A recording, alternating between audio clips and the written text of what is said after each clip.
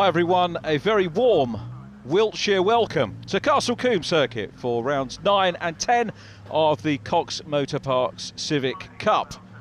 The cars have completed qualifying, so let's take a look at the grid, which is headed by Ben Sharp, Mark Grice on his outside, Rob Baker and Jason Ballantyne on row 2, Daniel Hobson and David Vincent on the third row of the grid, then Daniel Reason and Mark Gibbons, James Griffith and Paul Taylor, row 5, Bruce Winfield and David Buki, from Oliver Barsby and Chris Coomer, Adam Kruger and Andy Hart, Paul McHugh, Craig Carter, with David Poyser completing the grid. Red lights are on here at Castle Combe. Out they go now. Let's watch Ben Sharp from pole position, left of shot, front row, but a good start from the outside of row 2. Jason Ballantyne with the red wings, black bonnet, goes through from fourth on the grid, sails round the outside line. Superb move by Jason Ballantyne, on board with David Vincent, looking up the inside line there. He's Rob Baker, championship leader, goes through, so too does James Griffith. But it's Ballantyne who's got clear, 2 wide for second place. Grice and Sharp side by side. Grice looking around the outside, seems to favour the outside line here. I'm wondering perhaps if they'll ever consider maybe switching pole to the outside as they do at Silverstone. But you certainly saw Jason Ballantyne had great momentum. We're not getting anything from race control to say jump start, so just absolute perfection there for Ballantyne. Through go the field. Dave Poyser and Craig Carter, qualified 19th and 18th respectively. And the circuit drying out, you can see some damp patches on the track which might make things tricky. There's Andy Hart looking to bag a top 10, having had 11th place at Alton Park. He's getting nearer there. Rob Baker challenging Daniel Reason. Reason is third in the championship at the moment. Baker, the championship leader, as we said, 22 points clear of Mark Grice, which is a pretty decent lead for Rob Baker at the minute. And Baker, the most successful driver in the championship, 7 career wins. He's totaled by my maths 12 podia and 12 fastest laps to boot as well. And he is working hard, but it's Ballantyne still out front as they head down through Avon Rise into Quarry Corner. Once again, beginning to settle down, but these cars very evenly matched. It's pretty much down to driver skills as the race leaders come into Bobby's corner.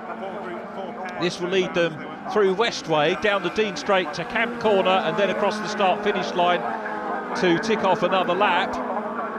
All looking fairly settled at the moment. It's what happens in these races, you get a little bit of a frantic first lap as Daniel Reason looks up the inside line and he's going to go through and passes Ben Sharp. So Ben Sharp, having qualified on pole position, now down in 5th. Daniel Reason up ahead of him.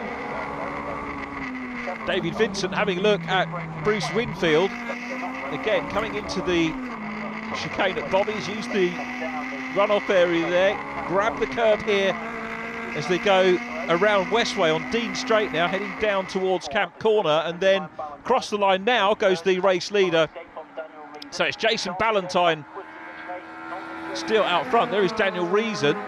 Ben Sharp now getting involved with Rob Baker, who looks on the inside line. So Baker making progress. We've seen, I talked about Baker being the most prolific winner in the field, which he is, with 7 wins. Mark Grice 6 by my calculations. Jason Ballantyne has 2, one of which was this year, one last year. But this year the wins been pretty spread out over the both race 1s and race 2 reverse grids. Now you'd expect different winners to come through from the reverse grids, but we've had lots of different winners in the fastest off the front races over the course of the season. So it's been a super year. Reason, Baker, Grice and Danny Hobson, the race 1 winners. Danny Hobson, Jason Ballantyne, Aaron Sharp and James Griffith, the race 2 winners. Now 4 events so far. There is Paul Taylor in the 195 car. Had a double retirement at Alton Park. Great to see him back. David Buki, the Class A champion of 2016. Running well. 4 times class winner. 7 outright podia over the years for David Buki. So an established, experienced, fast runner in the Cox Motor Parks Civic Cup. So some very good racing right the way down the field, and 3 wide here. This is going to be a little bit of a sort out. David Vincent on the outside line, which converts to the inside as they head through Avon Rise, coming down into Quarry Corner once again. Andy Hart in the mix as well there in the 1-2-3 car. David Buki qualified 12th on the grid. Andy Hart was 16th. Just goes to show you how close everybody is.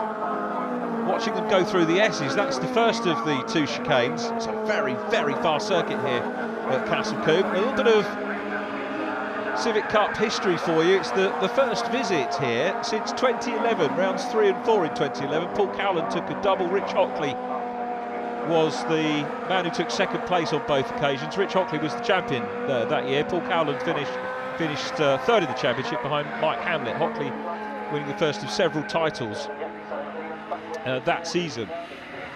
So I think the car's pleased to be back here. And the remaining rounds, Brands Hatch on the 9th of September, Donington Park for rounds 13 and 14 to wrap up the season in October. And how quickly has this year gone? I just cannot believe how quickly it's disappeared away from us as the cars go up Avon Rise in towards Quarry Corner again. Ballantyne coming under a little bit of pressure now from Mark Grice in 2nd position. Other than that, a little bit of space between the drivers at the moment. If they engage in a bit of a battle, and it is happening now, it's drawing that 3rd place car into the mix as well.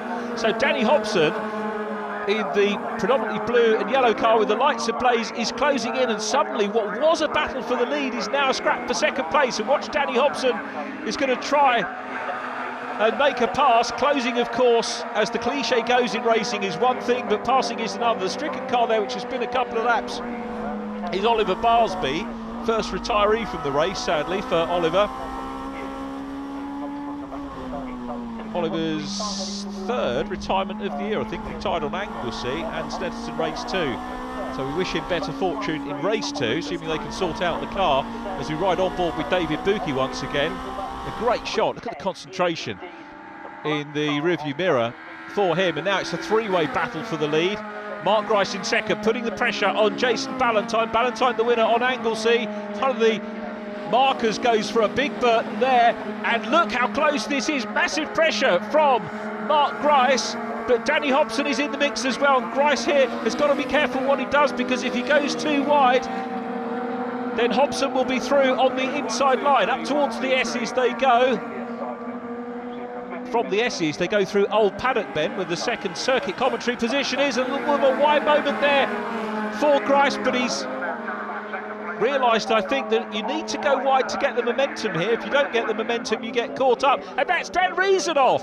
3rd place in the championship driver. Dan Reason is off. And in the barriers, in the tyre barriers, let's hope there's not too much damage, but that is a blow for Daniel Reason. We'll talk more about points in race 2, possibly later on in this race if we get the chance, and we might do now, because heavily waved yellows there. But that's a major impact on the championship, that Dan Reason is out of the first retirement of the year for the man who won the opening race of the season. But it's Ballantyne still there. Mark Grice 2nd. I was talking about originally this being a battle for the lead between 2 cars, then it became a 3-way battle, and now Rob Baker has come through and is in 4th place. And you would not discount at the halfway stage of the race Rob Baker from maybe taking a win, because he hasn't got the pressure that the 3 in front have got from behind at the moment. So he potentially holds a few cards until he gets into the mix, and once you've got momentum, it's difficult to try and stop that. Baker, championship leader, remember, 22 points clear of Mark Grice. Gricey will be closing down in this one for sure. Danny Hobson's the car we're looking at immediately in front as we come down into Camp Corner. Grab the apex. It's a quartet for lead position here. And now side by side, and it looks like Baker's found the inside line of Hobson. They've got waved yellows there. If he's got his nose in front, then he might be able to make the move. It's going to be down to the judges to sort that out. And I think he maybe did have his nose in front again. The clerks of the course will be looking at it. Judges, in fact, and officials. The marshal's report as well will say whether that move was completed by the time they got into the waved yellow section. So now it's Jason Ballantyne, the race leader. Mark Grice is in second place. Rob Baker in third. What a race we're having. It's very nearly now a five-way battle for the lead, because we've also got James Griffith coming onto the back of it. The red and yellow car of James Griffith coming up as well.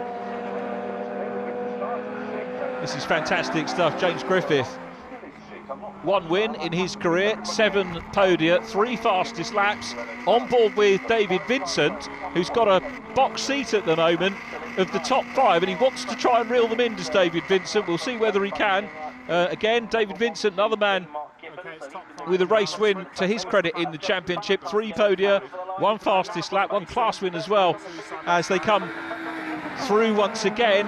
And the question is, can Rob Baker take second position? He's having a look, and then wave yellows there again, but I think Baker has timed that well and looks on the inside line, but Grice is having none of it, holds on to second position. So Rob Baker again trying to stick his nose like a little terrier going down the inside line, and Baker knows he's got the speed, and I talked about momentum. Rob Baker up into second position. Superb from Baker, started third. Was a little bit further back in those opening laps, but has nudged his way, not physically nudged, but nosed his way through into second position. But it's still Jason Ballantyne who is out front. Ballantyne looking for a second win of the season. It'll be a third podium. He had a third place at Alton Park, race 2 as well, remember. This is super race, on board again with David Vincent. Vincent looking at James Griffith. Griffith made good progress, started 9th on the grid, and has come through and stayed with this lead group. It shows how very evenly matched they all are, but it's Ballantyne still there. Lights ablaze from the second place man, the championship leader, Rob Baker, who's going to extend the championship lead here because he's ahead of Mark Grice at the moment. And just look back further down the order, David Buki still involved and dicing with Bruce Winfield. They're not that far behind the lead battle, to be absolutely fair. Bruce Winfield, there he is in the 37 FM2, Buki in the EP3, trying to challenge hard. You can see the mixture of yellows and greens in the background. I won't try and make sense of what's going on. There might be the end of a yellow flag zone as they come through the S's off Farm Straight. David Buki still challenging Bruce Winfield. This is the battle for 7th position. Buki changes down. Superb footage that we get from the multitude of onboard cameras. And David Buki trying to close in at the moment on Bruce. And that lead quintet plus the 6th position car of James Griffith still through. You can see the waved yellows there, and it's still Jason Ballantyne who is out front, but coming under pressure from Rob Baker. Danny Hobson back in 4th, on board now with Rob Baker again. This is the battle for lead position, coming down into Quarry Corner. Ballantyne will have a crafty look in his mirrors. Not quite sure what his mirror strategy is. And he goes down the inside. Baker has a look down the inside line there as they came into the S's. Wasn't quite room, but he had a look. And that was a good move, a very good attempt. Great racing from the pair of them. But clearly Ballantyne didn't want to let him past. And as a result, Baker's lost a wee bit of momentum. And coming up now is Mark Grice. So Grice putting pressure on for second position. Baker felt, I think, that he had enough space to challenge for the lead, and maybe enough breathing space over the 34 car. As soon as you come offline to make a move, you're compromising your lap speed. It can leave a little bit of a gap for the car behind to come up. So Grice is still there at the moment. They come past the pit lane entry along Dean Straight, through Camp Corner once again. Oh, and a very wide line there. Very, very wide line indeed there by Mark Grice as they go on to the last lap, and Grice is dropped back. This takes the pressure off the lead pair, so it's Ballantyne from Baker, and Baker will sense now that he's got no pressure from behind and could well challenge for the lead without worrying about losing time. So if he makes a move and it doesn't work, it won't be a big problem for him. They're closing up on Dave Poyser in the treble 5 car. Dave keeps a wide line, good driving from him, doesn't interfere with the lead battle, Job to know where to go, isn't it, on the S's, but he sticks to the inside line. Everybody through safe and sound with Jason Ballantyne still there at the moment. Rob Baker is in second place. Ballantyne, remember, will go third in the championship now after 10 reasons non-finish, but Baker will have the championship lead. We've seen Grice drop back down the order, so Baker will extend the championship lead here if he can't get the lead. I don't think he will now, because they're coming through Bobbies for the last time. Then through Westway, onto Dean Strait. The checkered flag is being prepared, and Baker is closing up. He wants to take a second win of the year, but I don't think he's going to do it, and it's going to go to Jason Ballantyne. There's the checkered flag. Ballantyne takes it. Rob Baker in second. Superb round 9 of the Cox Motor Parts Civic Cup. Daniel Hobson takes third place from James Griffith. David Vincent, Mark Grice held on for 6th place ahead of Bruce Winfield, who saw off David Buki going across the line. To a fine race to get our Castle Combe weekend underway is the result. Ballantyne from Baker, who got fastest lap. Hobson and Griffith next, then David Vincent and Mark Grice. Winfield and Buki 7th and 8th. Mark Gibbons 9th ahead of Paul Taylor. Then it was Chris Coomer and Ben Sharp from Andy Hart. The finishers completed by Adam Kruger and David Poyser. Blinder at the start, 4th to 1st within like the first corner, so yeah. Yes, I noticed that, a real blinder at the start. What was your technique to do that? Just drove it off the line. It seemed to work, so yeah. 4th to 1st, I was pleased with that. And the Hondas sound fantastic actually, don't they, as well? They go really well. Yeah, when they're in VTEC, they sound amazing. They're just flat out all the time. Sounds brilliant. Yeah. High revving engines and revving them to max in each gear, I guess. Just flat out to the limit, just about in every gear. Yeah. Just keep them revving. So once they drop off VTEC, it's getting back on. Yeah, so you have to keep the revs up all the time. Yeah, keep the revs up, flat out. So reverse grid next time, so you'll be starting 10th presumably. So a similar start, I suppose, is what you'll be looking for. Similar start, get a good start if I can, try and make up a few places. See what happens. Yeah. Okay, very well done. Excellent win. Very close race, wasn't it? Yeah, always the same, shocking start, and managed to get back to second, so dead happy with that. Yes, and obviously you're leading the championship, aren't you? So I guess you must be pleased, bear in mind, after the start. Yeah, when you get off the line and all your championship rivals are all of a sudden in front of you and there's a few cars between as well, it's slightly disheartening, so really happy with the pace and to get back through to second. And how were the conditions out there today in that particular race? Curbs are very slippy, rest was dry for that one. Obviously the grass is slippy as well, but we don't go there. A good race for you as well? Yeah, excellent. Yeah, there's never been so much change in a Civic race this year, I don't think. That was absolutely fantastic, yeah. From 3rd to 4th, nearly 2nd, back down to 4th, and finished it sideways over the line. I thought I'd lost it there, but yeah, no, brilliant. Yeah, no, it was really close racing, wasn't it, throughout, really? Oh, unbelievable. I mean, the way Rob came through the pack and sort of move for him and try and get back on him, and yeah, no, it was brilliant. Really, really good close race. And how do you find Castle Combe compares with other circuits that you race on? Very fast and flowing. Bit touchy at times, there's not a lot of runoff, but yeah, no, really good circuit. Great stuff, very well done. Cheers, thank you.